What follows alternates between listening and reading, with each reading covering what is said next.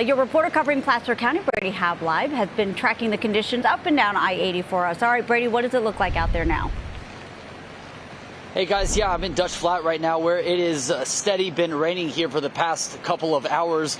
And while it has been raining here for much of the time that we've been up here, it's the wind that has been the big story. Heavy rain and high winds making for tough driving conditions through the Sierra Thursday night.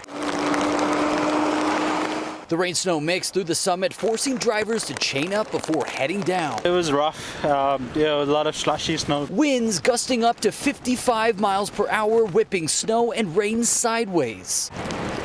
Drivers doing what they can to prepare for a white-knuckle ride down the mountain.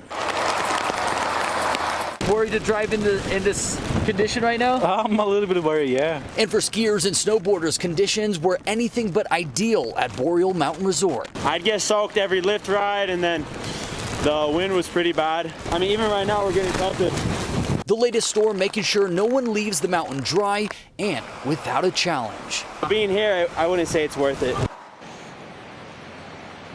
And some good news, chain controls have now been lifted up and over the summit, but of course we all know how fast conditions can change, so of course it's better to be prepared and have those chains handy just in case you need them, guys.